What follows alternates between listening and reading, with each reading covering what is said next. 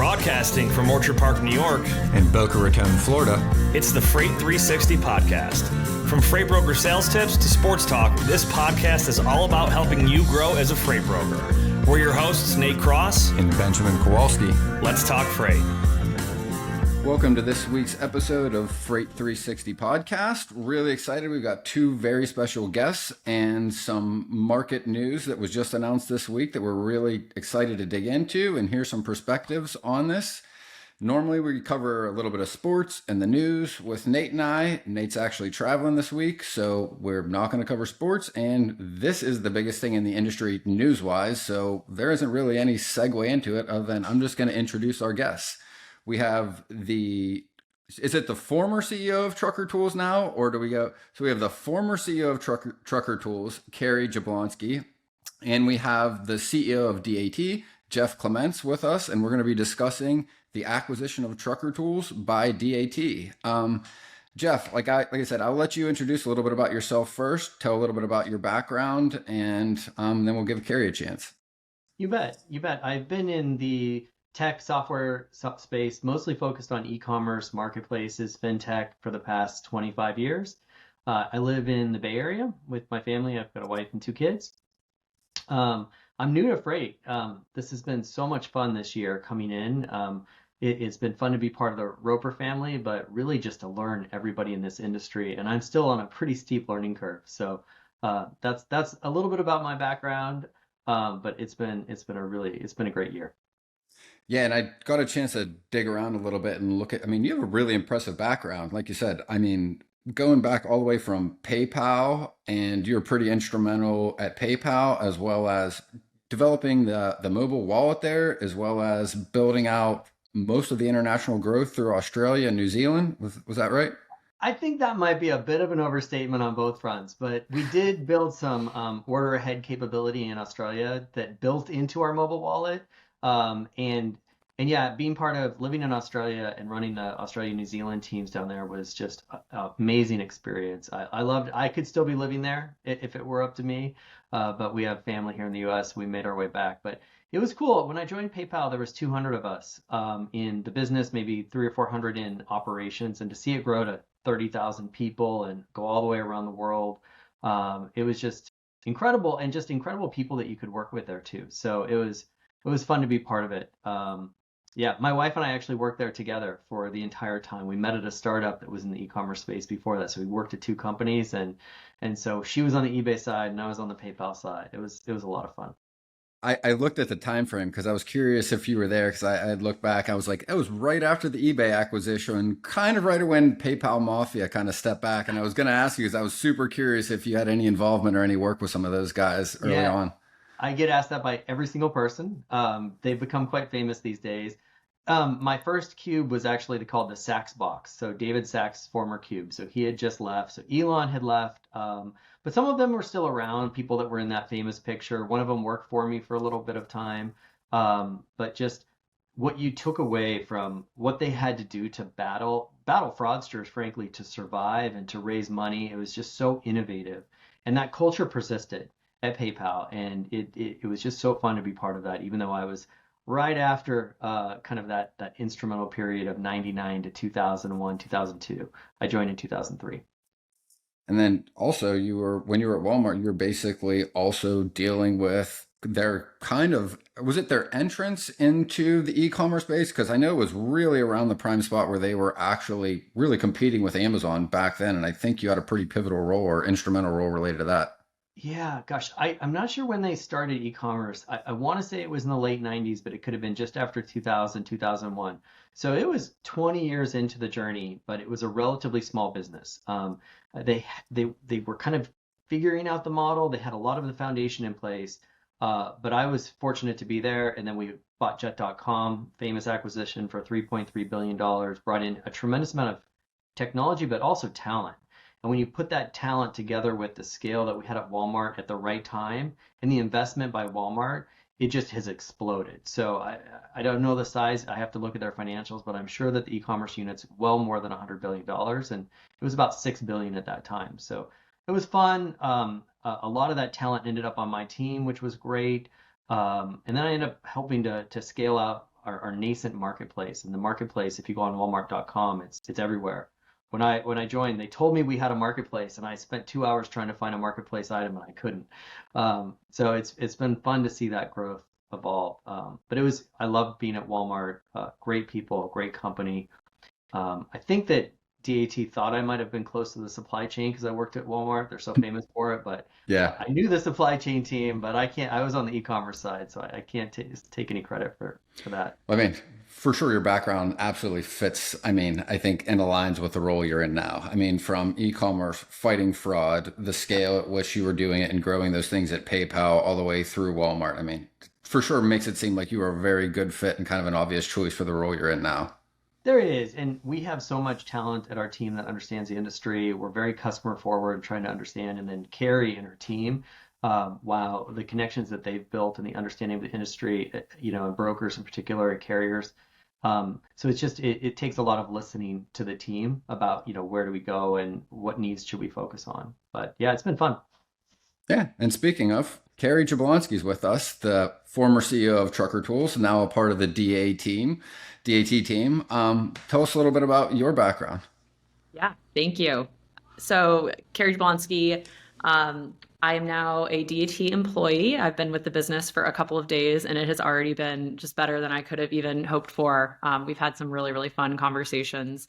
My background, I live in Chicago, and started my career in management consulting, knew very quickly I wanted to get into the thick of things. And I thought there was no more interesting place to get into growth and how you build businesses at the time, when I was ready to leave consulting, than ride sharing. So I joined Uber back when it was a couple of thousand employees, as they were just scaling across the country and the world. I was on the Southeast US operations team to start, really focused on marketplace management. How do we balance supply and demand, spend millions of dollars a week on rider and driver incentives to keep prices low at that point, those sort of problems. And then had the opportunity, actually, just like Jeff did, to work abroad, had the opportunity to work abroad. I was primarily in Mexico City working on Latin American expansion, focused on Uber Eats and some new revenue lines that they were testing out.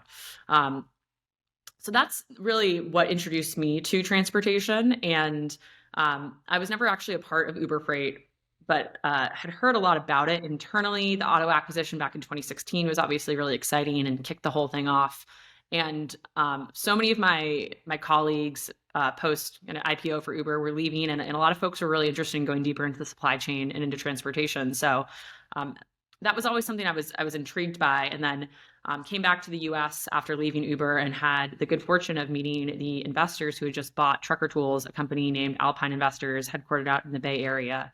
And they have a pretty unique model where they hire folks with a couple of attributes they look for, who are relatively early in their careers, and then look for the right business internally within their portfolio to put them into. And there was just a great fit between what I was interested in and excited in, coming from a marketplace background at Uber and my interest in transportation, and the business they just bought in Trucker Tools. They were looking to bring in a COO to eventually transition into the CEO role, as the founder was planning to transition out. So the stars really aligned. And I started that journey back in 2021 and essentially spent about 3 years scaling the team and building the business up until last week, or earlier this week, actually, when we had the great fortune to be acquired by DAT. In freight, time is money and efficiency is key. That's where Levity comes in. Imagine automating your email operations to do more with less effort. Levity connects directly to your inboxes, extracting vital information from emails and attachments in real time. It seamlessly integrates with your TMS, empowering you to quote faster, build loads more efficiently, and book more freight in less time. Whether it's incoming emails from shippers or carriers, Levity's got you covered. It understands any language, any format, and even interprets non-standard formatting. Visit levity.ai today to sign up and get started. Tired of struggling to find accurate rates and the right carriers for your freight? With DAT1, you can access more than 500 million posted loads and trucks every year. That's 3 times more capacity than any other load board. Plus, their integrated freight management system makes it easy to cover loads 24/7. They have the most trusted network of carriers, brokers, and shippers in the country. You'll get real-time rates on every lane, so you know exactly how much a shipment will cost before you commit to it.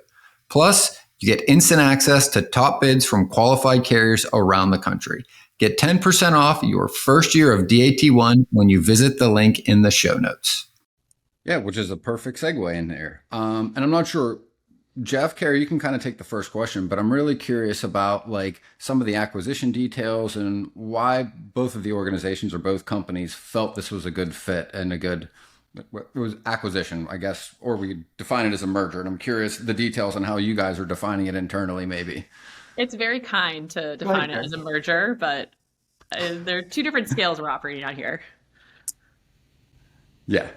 There is. Having said that, part of our culture is, treating everyone, on the same team. And it's been just amazing, Kary, as we've met Kary and worked with her. And then yesterday even had a mini offsite with some of the team. It's just how well everyone's working together. But in terms of the why behind this, I think everyone knows that DAT has this large broker and carrier network. And our primary products that we sell in is our Freight Match platform, as well as the IQ Analytics platform. And when we started to meet with Kary, she just highlighted how important visibility was to the brokers in particular, their relationships with shippers, helping in this market to build more trust.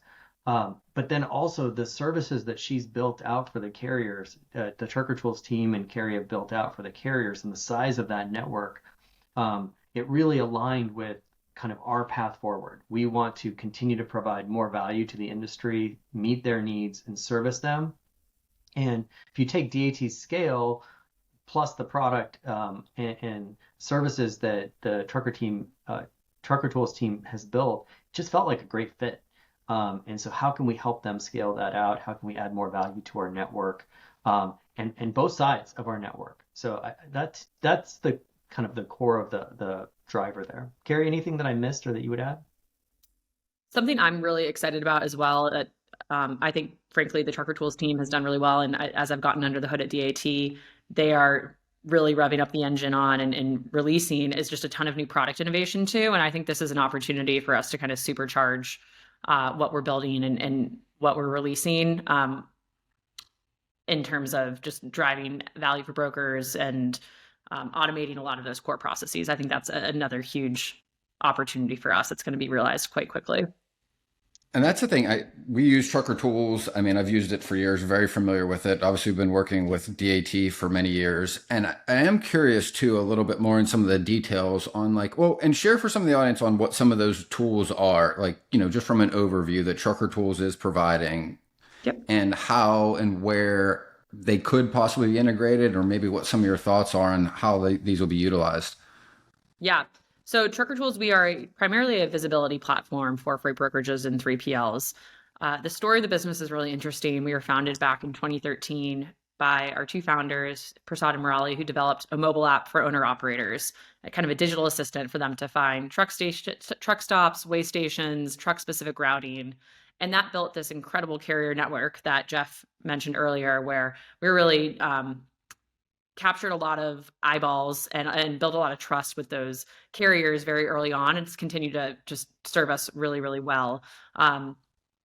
As we built that dense carrier network, realized there was an opportunity to connect them with brokers to just facilitate ease of doing business. And a huge opportunity at that time in kind of the mid 2010s was visibility. There were demands on brokers from shippers saying we need to know where shipments are every hour, every 15 minutes. The concepts of scorecarding were continuing to evolve. So we built a visibility platform first through our mobile app, but now have developed a pretty robust ELD program as well, which is how we actually start all of our tracks. We know that's a preference that a lot of brokers and now carriers also have. So visibility is really where we start. We also have a suite of capacity tools that help brokers proactively find great fit carriers to work with and automate some of their core processes as well. A little bit of a different flavor of capacity or of approach to capacity than DAT. So I think there's a lot of great complementary products we have available. And then I already mentioned the mobile app, but that really is the bread and butter of our carrier facing product, our free mobile app for carriers. I think that's also really important for us to kind of share is like what the different approaches are to the market and what Trucker Tools provides currently, what DAT provides, and then possibly how them working together. Because then I also want to segue a little bit into the two other things you said, the ELD integration, which I love and definitely use.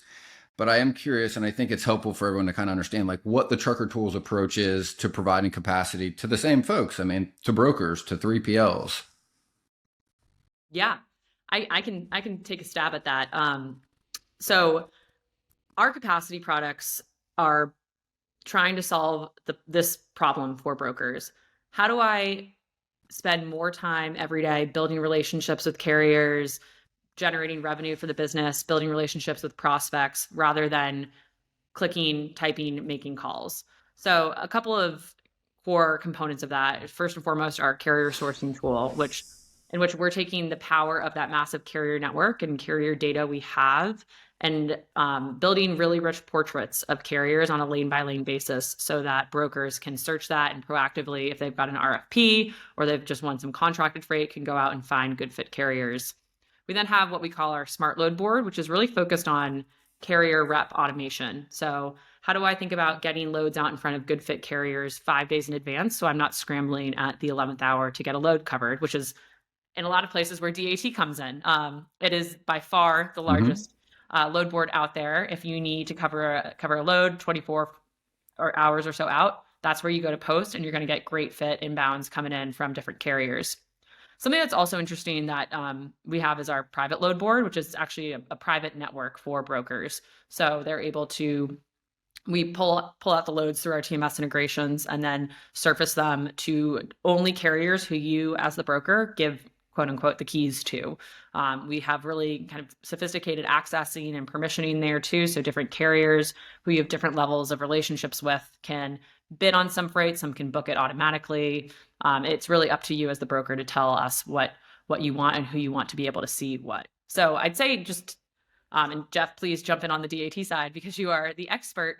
Well, I hope to be very, very soon.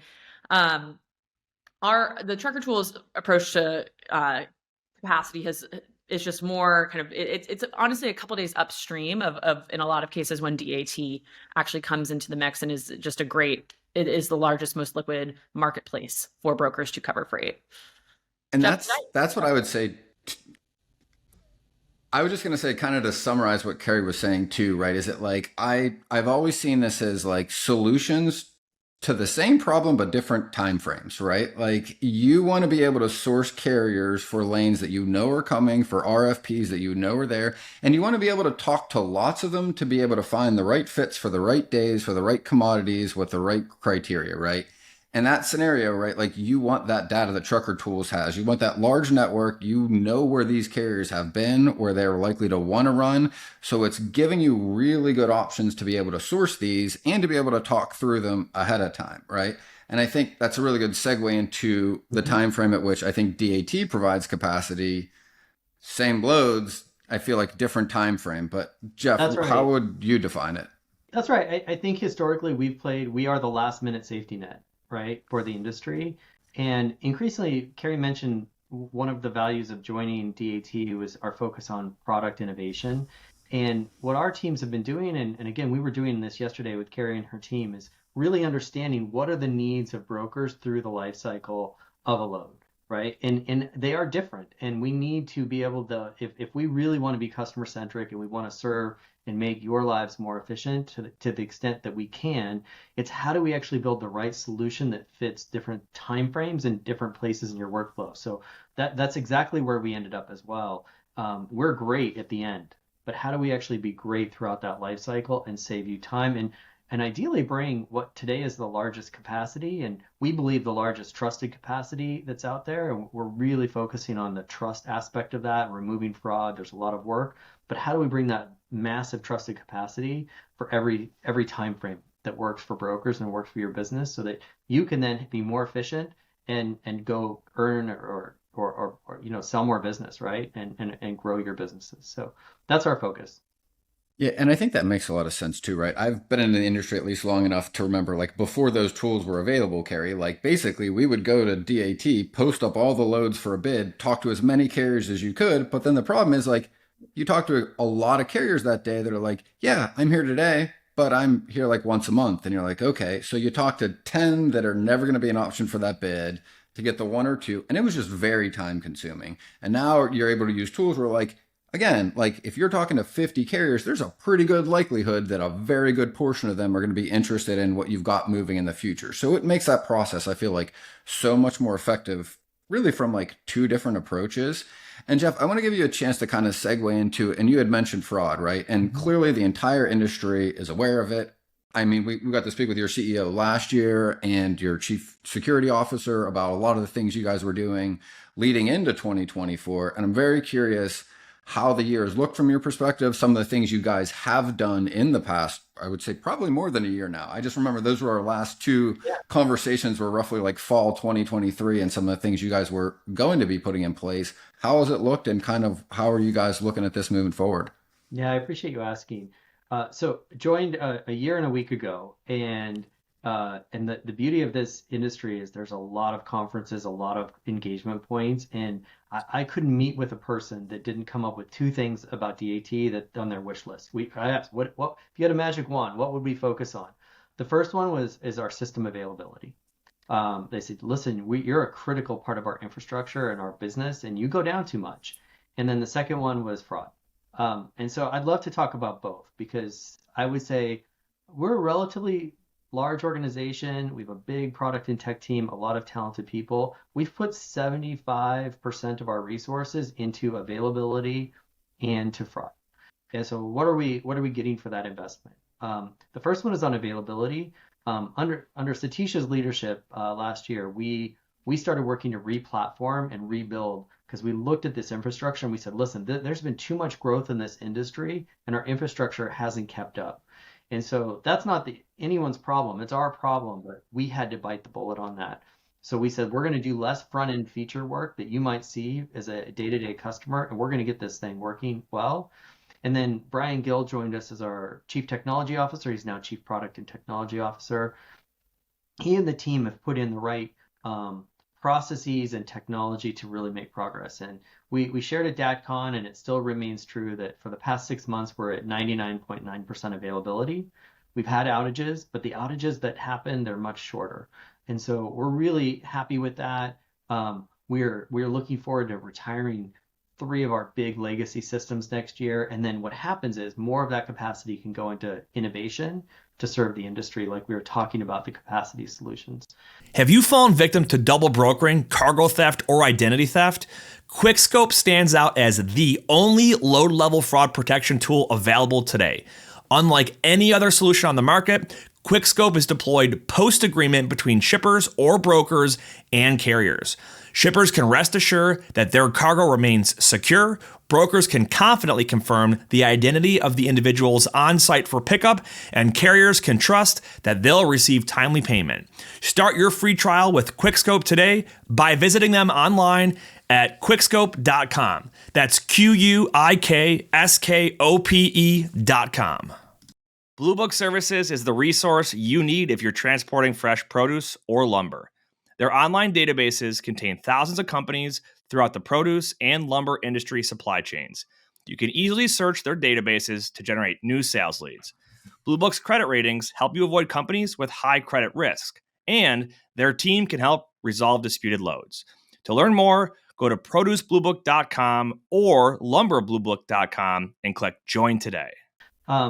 On fraud, we started this work again a couple of years ago because it's just been so acute.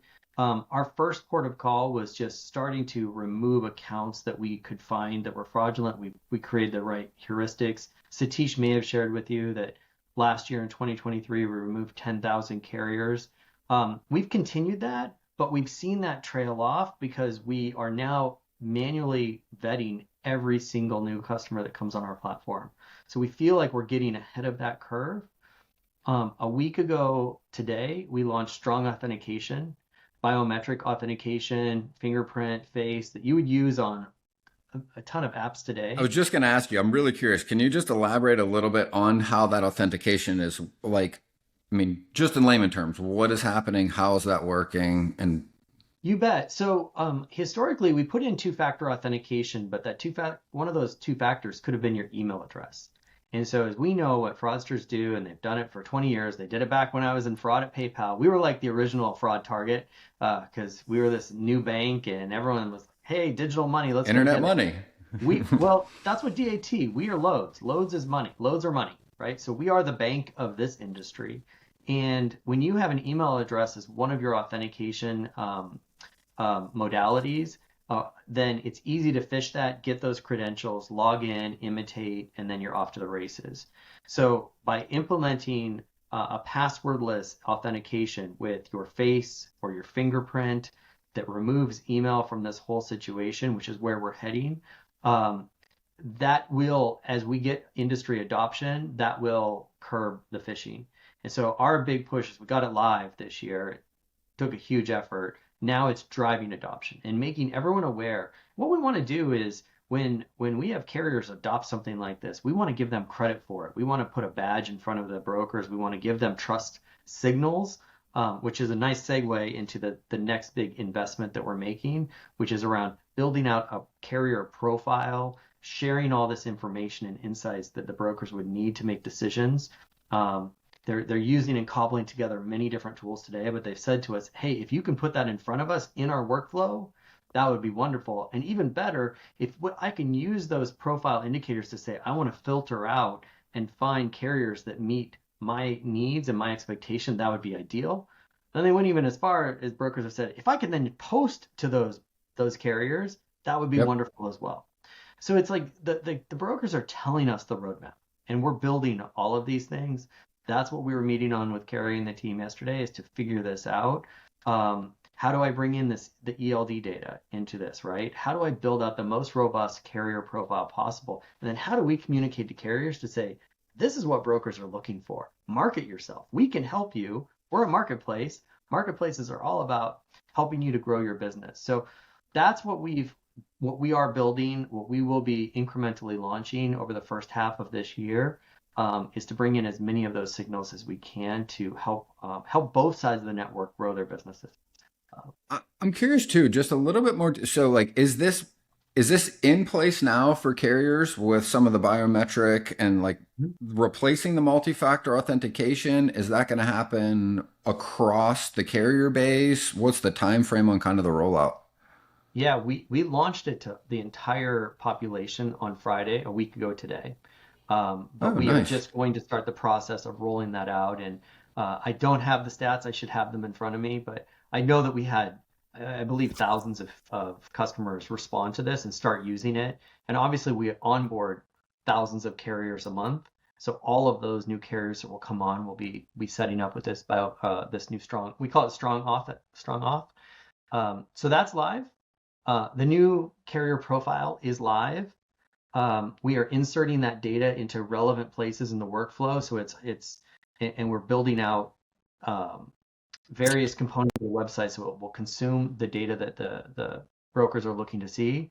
But we have, I would say we're 50% of the data that we would like. I think that's a rough estimate in the profile. Some filters are live, but we will be launching those fully. And building out these additional capabilities like post to your filters, et cetera, that's all coming. So it was a big pivot to first. It took us several months this year, early in 2024, to figure out what do brokers want, what can DAT do, and then how do we then go build it? And we're just in that production cycle right now. And Kary, I'm curious your thoughts on this too, because like ELD integration has been a great fraud prevention tool. It's not only fantastic for visibility, obviously, it also lets you know where and what lanes would be a fit for a carrier. So it reduces the calls, the conversations with carriers that aren't a fit.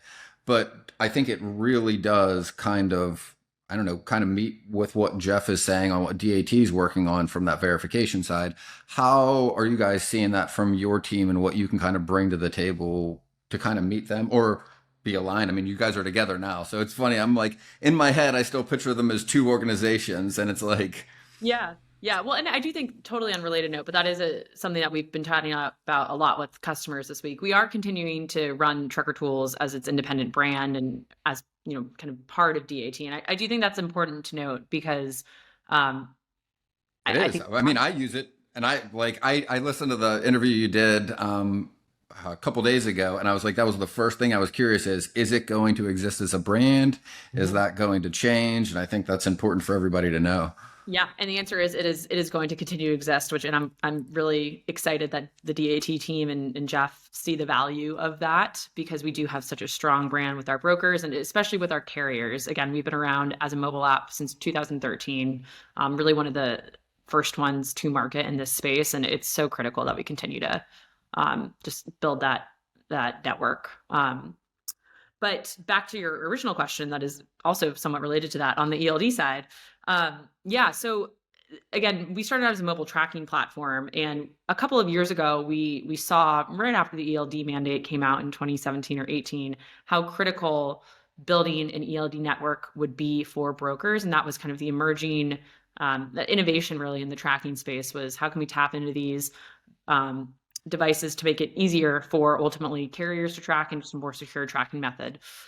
So we started aggregating and building integrations. Right now we have over 170 ELD platform integrations from the big players, the Motive, Samsaras, Geotabs of the world, down to some really small independent ELD platforms. And that has been a huge focus of our business for the last couple of years. We've got a great team. And what we've heard from our broker customers is we want this and we don't want to have to do this ourselves. So can you help us? So what we've done is actually take the burden off of them, and we've focused on building that network for Trucker Tools as a whole. So we have what we call a one-to-many ELD network, where when you're a broker and you join our platform, you're able to take advantage of the tens of thousands of ELD carrier integrations we already have, rather than having to onboard all of those carriers yourself, which would just take a ton of time and be a bad experience for both brokers and carriers.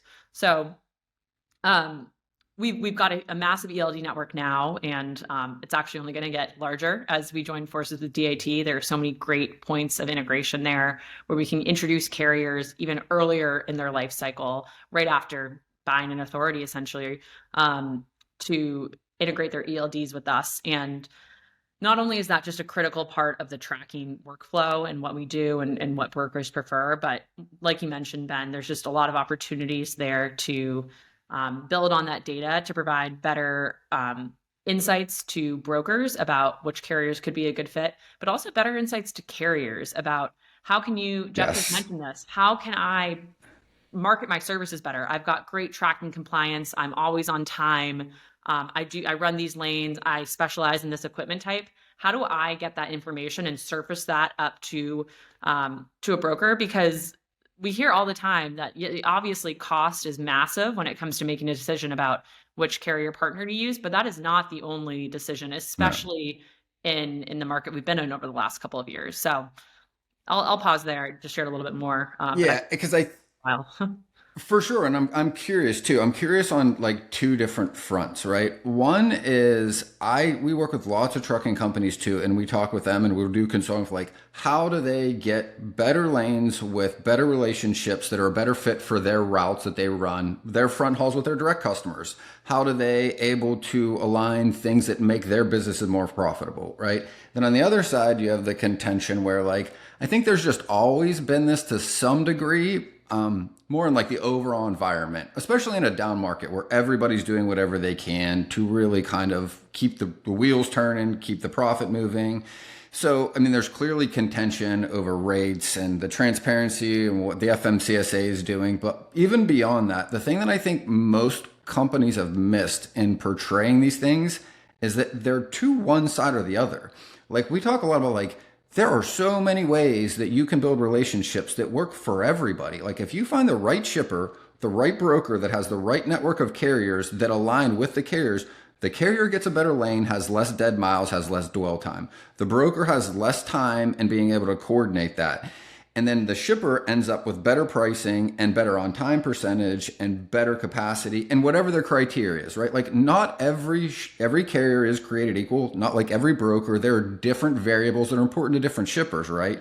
And when you can align those things, like there are win-win-wins across the board when those things come together. But the industry's functioned in a way where like carriers are still emailing where their trucks are going to be every day or every week to brokers that are trying to sort through spreadsheets and then coordinate that back to a shipper. And it's incredibly inefficient. And the thing that I've always thought was comical is that like this information is available. One, the government regulates ELDs, so every carrier has it, is the first thing. The second thing is like, if they know where they're going, you know which lanes fit them. It reduces the cost of the carrier and the broker, which leads kind of into the question of like, what are some of the, call them hurdles or headwinds that you guys see in adoption? Because for like from the broker perspective, we wish that every carrier could just integrate. And the fact that Trucker Tools, I mean, there's what, 168 or 170 ELD providers, give or take. And like you guys have access to all of them. So there's really no technical issue on the integration piece, right? DAT side has the majority of the market functioning there. So it's a massive carrier base. Trucker Tools already has a massive carrier base. What do you guys see as some of the hurdles at being able to get all this information into a place where everybody's able to utilize it in a way that really does benefit everyone? You should have been at our product session yesterday. These are exactly the things we're discussing. So I'll start with actually, to your point, there's no technical hurdle here. This is really, it's a cultural and operational effort. Culturally, you know when the mandate came out, the backlash, and how there are plenty of carriers, especially on the smaller side out there, who are reluctant to share their ELD information. And that is just a preference. And that is why mobile tracking and our text tracking will always have a place and are always going to be important parts of our tracking stack. I do think we're seeing that shift, especially in a loose market, though. As the market tightens up, I do think we're going to see a little bit, this is always just kind of a delicate power balance. I think we're going to see a little bit more reluctance from carriers to participate in some of that if they don't want to. And I just think there's a lot more information now about data protection and how exactly, how we are protecting your identity and all of that through integration. But to your point, we have all of the ELD providers integrated with our platform. They're great partners of ours. It is now just a question of how do we, because each carrier has control, as they should, over who gets to access the data on their specific ELD. We actually have to then go and unlock and get permissions from that carrier. We need to get their consent to integrate with them. It's not just a matter of integrating with Motive. Yep. We need to go to each individual carrier. So as you can imagine, that takes time. And that's exactly the operational process that the brokers who we work with said, we don't want to have to do this. Can you guys just do this and centralize it for us? So that is what we have a team who's running that, always experimenting on the best ways to connect with carriers. We've got really sleek one-click integrations that make this easier than ever. I did it last week. It for sure went super fast. I did it with a tanker carrier of ours, and we integrated the ELDs because, to be honest, it was a hassle for both the dispatchers there and the drivers to accept it on the app. And they're like, look, we don't have an issue with it. If it's just automated, now we just get the tractor numbers, and then we can send the links directly to the shipper, which, hey, there are delays. They can see, they can coordinate easier, right? On the app side, you also run into just cell phone coverage issues, right? Where they might be going through a dead area and they got to turn it on. So, I mean, there's a huge preference there. The thing that I've seen, or at the very least, I guess my thoughts around it is that, like, I think some from the driver's side, the folks that tend to want to do that profession like to be kind of free on the road, don't want the feeling of being under someone's thumb. And they want to be able to have also just like the human ability to just make decisions and get to where they said, hey, I'll get there when I said I would. I got to do all these things. Let me focus on driving the truck, not focusing on other things, right? I'm curious how you guys are kind of thinking about how you're able to address this one. Because I'm like, I feel like it's in the trucking company's best interest and the drivers, because even when they are late, like they can receive them faster because they can go, oh, this driver's going to be here before this one. Let's move this one up. And then they can either stage the load differently. They can receive faster. So I feel like it's more of a messaging hurdle than it is a practical one. I'm curious how you guys are approaching that. I think you're right. And what we've been trying to do at DAT, and I think that Kary and team are going to accelerate this, is we used to, I think that really a mark of a great product and customer company is they go out, they understand what that insight is. How can I solve your problem? You're not going to solve it for everyone.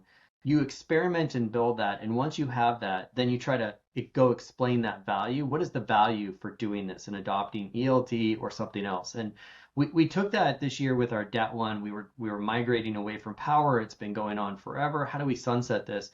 And the key problem was to post a truck, it took twice as long in DAT1 as power. And to post your load, it was taking longer too. Then the team said, okay, that's the thing that we're going to go figure out. And they just ran months and months of experiments. They took that time down by half from to get it back to parity. The CSAT and power went up 20 or 30 points, and then adoption happened, and we were able to migrate off power. And so we're just trying to approach that as like, how can we go and find what is the value of adopting ELD? Find a small cohort. I don't think you need to get all 300,000 carriers overnight to switch, but if you can help explain it to a small cohort and then tell a story to others, you will build that flywheel. And I think we are in a really unique spot as a marketplace and as a software company to do that. And how do we actually add value that just helps the whole network and the whole industry grow, and that hopefully more and more loads are brokered over time, and we can help everyone grow here. So that might be a little too high level. It's not specific to the ELD question, but it's kind of a framework or philosophy that we're putting in place. And there's some green shoots. I wouldn't say we're done. We're not at mission accomplished here, but there's some green shoots that are cool. And I think Kary and her team have really adopted this. The product team there, the tech team has really been good at this. So we're looking forward to folding that in too. I am curious too, and in a specific instance, Trucker Tools, and you can tell me when you guys actually released this, but it's the reefer temp tracking, right? Like we do a lot of produce, and it is fantastic for two ways. And again, I think this goes to that point of, guess what? A driver doesn't want to have to do. Answer the phone and check the reefer temp to read it back to the person calling them, or having to field that call in the first place, right? And I think from the broker's point of view, we just want to make sure it's there to reduce the claim percentage. And guess what? That's a benefit for. That's also a benefit to the carrier, because I mean, this happened to us. I mean, we had a couple loads over the summer where the driver just literally missed the temp and ended up delivering a load that was frozen. And like that happens, like there was an issue with it and it could have been prevented. And the carrier at the end of the day, it went on their cargo insurance, right? And that is totally avoidable, right? And I'm curious what you guys have seen with the adoption and just how that's gone. Has it been accepted as you would expect from the carrier perspective? Has there been pushback? How has that kind of played out? Yeah, it has definitely been more, I would say, readily accepted than when we started with ELD several years ago. And I think it's location information feels just more personal, I think, than what's the temperature in my reefer trailer to a lot of carriers, and that's probably why. So there's a lot of excitement around it, especially with some of the mandates coming from big shippers like Kroger on, if you're part of our network, we need to have an integration with real-time temperature tracking information. So again, it's interesting. It's a lot of this is also driven by just ultimately customer needs for the shipper or the receiver. But it's been received really well and really fits into this broader theme of how we're thinking about visibility. It's not just, oh, look, something's going, I need to just, I'm tracing this guy along the map. It's actually, how can we be more proactive about managing exceptions? A great example of, oh, shoot, the ice cream in the reefer is all melted now. I wish we had known about that 5 hours ago, so we could have started working on it or coming up with a contingency plan.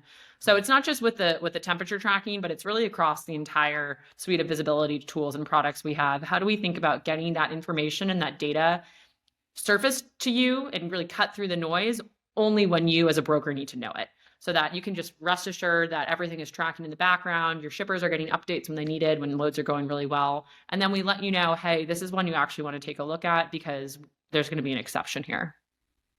And I think overall, right, like it's not just the benefit that we just kind of outlined. I think there's also there's a lot of costs across the entire supply chain within labor doing tasks that, to be honest, nobody wants to do. Like we train people, we hire people. And as soon as they're doing this job, they want to do the next one. It's basically this segue. And it's the same thing I've heard on related to warehousing, when there was pushback against the automation of warehousing.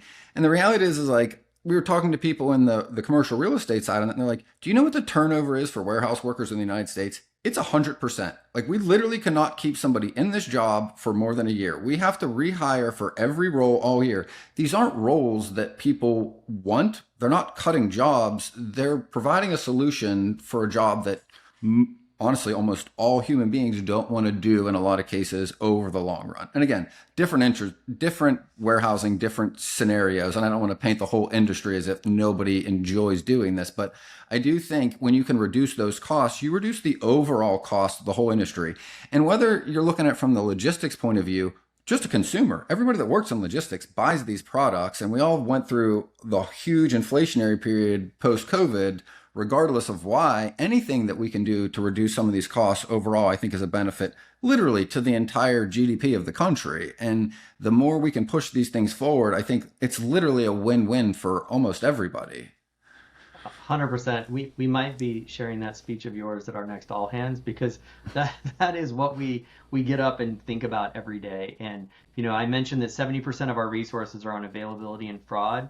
As we start to kind of get over the hurdle on that, more and more of that will go into the innovation to drive that automation in the workflow.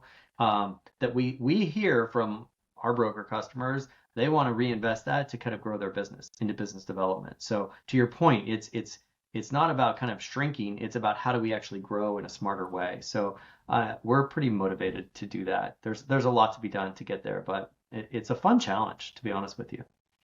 Yeah. And I think it's a good segue too into kind of the future outlook. And how are you guys looking at what's coming down the road? What are some of the long-term versus short-term aspects of what the partnership's going to look like? What can users of Trucker Tools and DAT expect over the next year or two?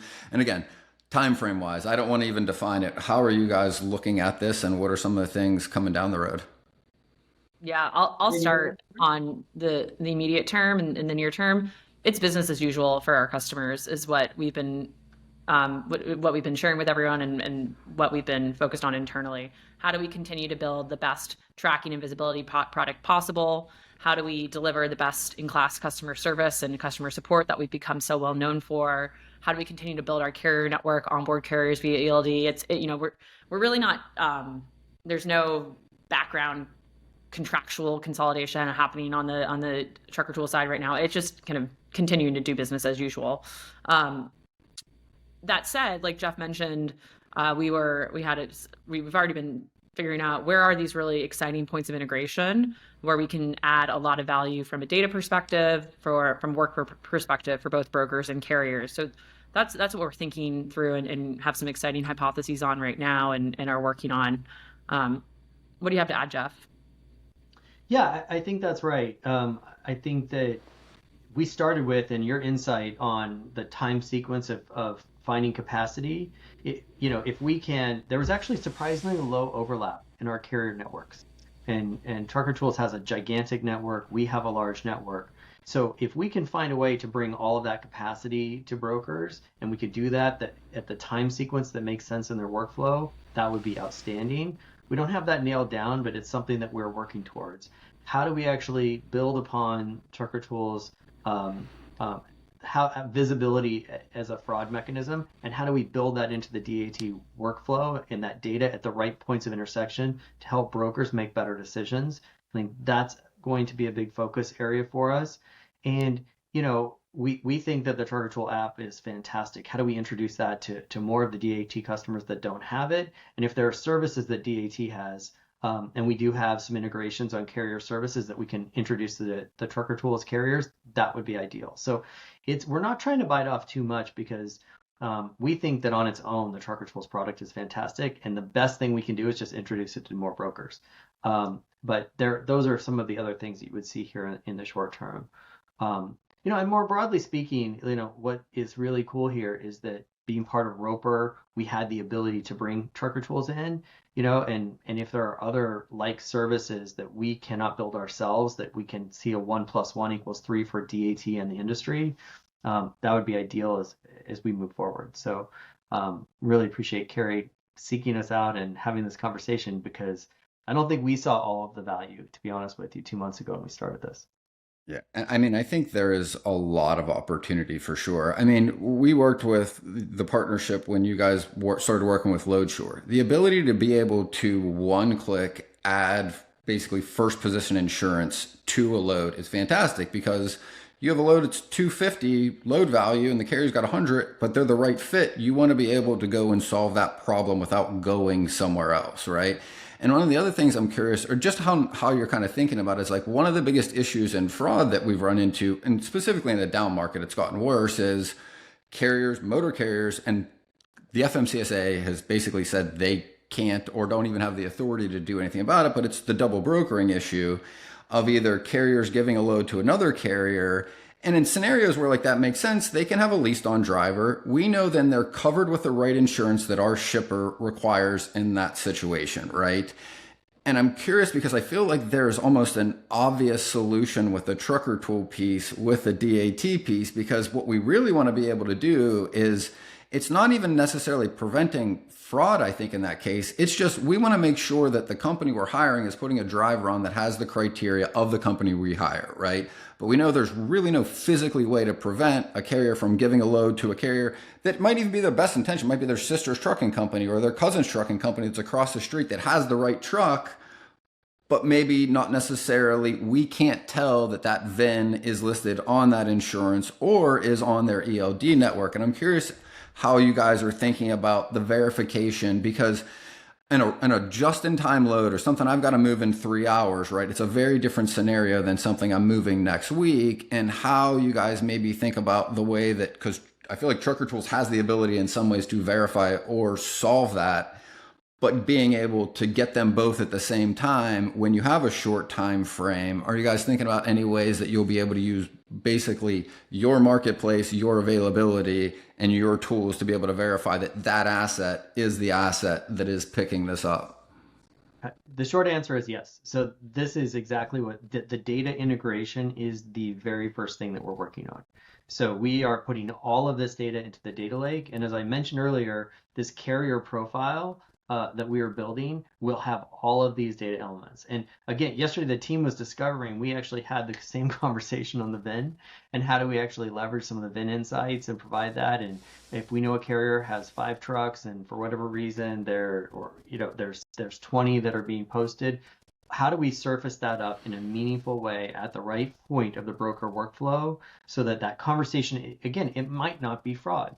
I've worked in marketplaces long enough to realize that you need to provide information to the actors on both sides so that they can make rational decisions. And it's not a one size fits all. And it's very hard to pinpoint down every single use case. But data sharing at the right element is the key. So I can't say that we have all the answers to your questions, but that is exactly what we're focused on first. Kary, did I miss anything there? Or?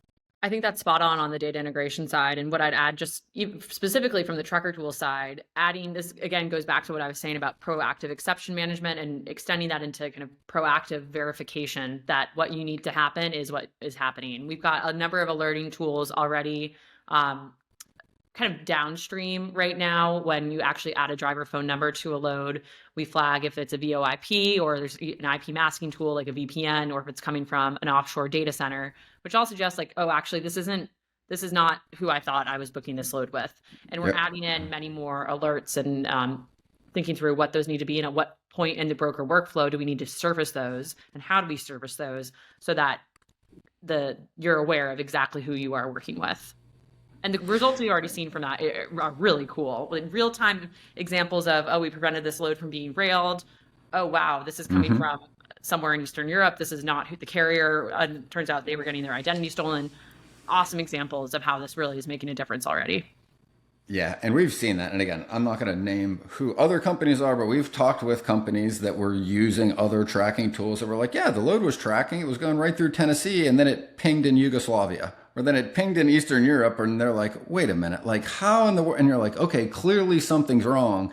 But like you said, like in fraud, and specifically in our industry, like if it's happened, like it's almost too late, right? Like it's got to be at the preventative stage. Yep. And I think to your point, Jeff, it's not that that transaction shouldn't have moved forward. It just needed to move forward in a way that made sense, honestly, according to what the shipper is asking for and what the parameters are for that situation. Like, hey, if that is the best fit for the load and you need to be involved, like, clearly the money wasn't an issue because it happened. We just need to make sure that who is getting paid and how it's getting paid and which truck showed up had the right criteria to make sure that at the end of the day, like, the load was insured, right? At the very least, at the right amount, and that the driver met those criterias. And I think some of those things, like, super excited for the industry to be able to solve, because I think if we're waiting for government to come in to try to solve this, we're going to be waiting a very long time, and it's going to be incredibly costly. Nate was with the TIA, and he's there every fall meeting with the FMCSA and the other organization in the industries to see what they're doing. And, like, admittedly, they don't have the authority to solve some of these things. They're trying to get there, but, like, it is going to be a long time before somebody's able to come in and address these things. And, like, they're rampant. I mean, whether it's you're talking insurance companies, shippers, brokers, or carriers, like this, I don't think I've talked to a broker this year that hasn't at least experienced one or many of these. And the same with the carriers. The carriers are getting penalized because somebody spoofs them, impersonates them, then they get flagged on a carrier rating tool, and then no broker wants to work with them. And they were just a victim. And at the end of the day, they're paying that cost. And those costs are enormous. Yeah, well said. We, like I said, it's a critical priority, and we're not waiting for any external party to solve this. We feel very responsible for supporting this industry and protecting this marketplace. So that I would love to say, we would have all of this behind us at this point, but I think 2025 we're going to take a big step forward in our part in what we can do. I know there's a lot of parties coming together to help out. Awesome. Well, anything that either of you want to share before we kind of wrap up? Anything that we missed or that you guys wanted to cover or at least mention? I would just say we went through the intros real quick. Kary, it's been awesome. She's going to lead Trucker Tools, but she's also going to lead our broker growth segment too. So to your point, a lot of our questions were how do we actually help brokers, help their workflow, and think about bringing these tools together. The nice thing about Kary and her leadership is she'll be able to do that for us, working across DAT and the Trucker Tools team. So I just wanted to call that out because I think it's a great signal for DAT, but it's also good for the industry too.